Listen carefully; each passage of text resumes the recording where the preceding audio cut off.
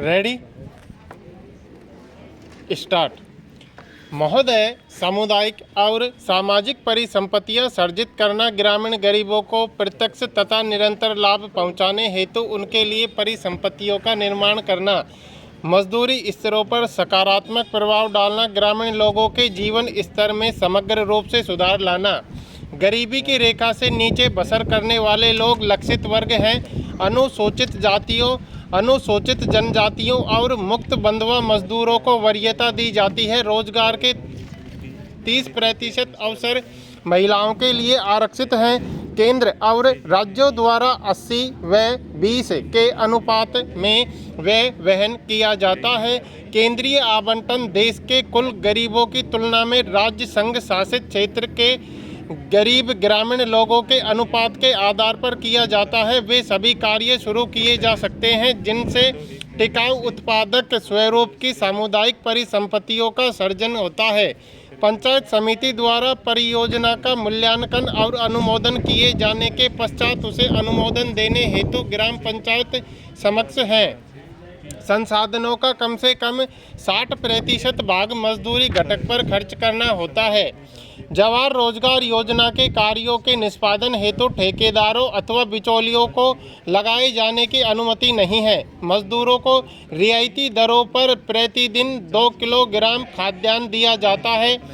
1755 पुनर्गठित ब्लॉकों में मजदूरों को दिए जाने वाले खाद्यान्नों का जारी मूल्य प्रति किलोग्राम 50 पैसे कम है। जवाहर रोजगार योजना की सामान्य प्रणाली के अलावा पिछड़ेपन के आधार पर चयन किए गए 120 पिछड़े जिलों में कार्यक्रम को तेज करने के लिए 700 करोड़ रुपए आवंटित किए गए हैं।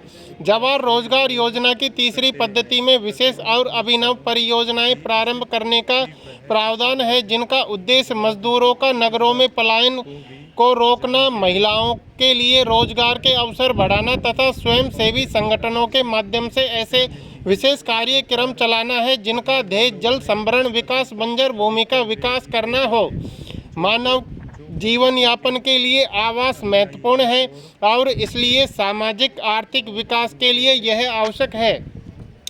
ग्रामीण लोग अच्छे उन्नत किस्म के मकानों की अत्यंत आवश्यकता महसूस करते हैं। ग्रामीण गरीब लोगों की आवास संबंधी आवश्यकताओं को पूरा करने के प्रयासों के एक भाग के रूप में मई 1985 में इंदिरा आवास योजना शुरू की गई थी।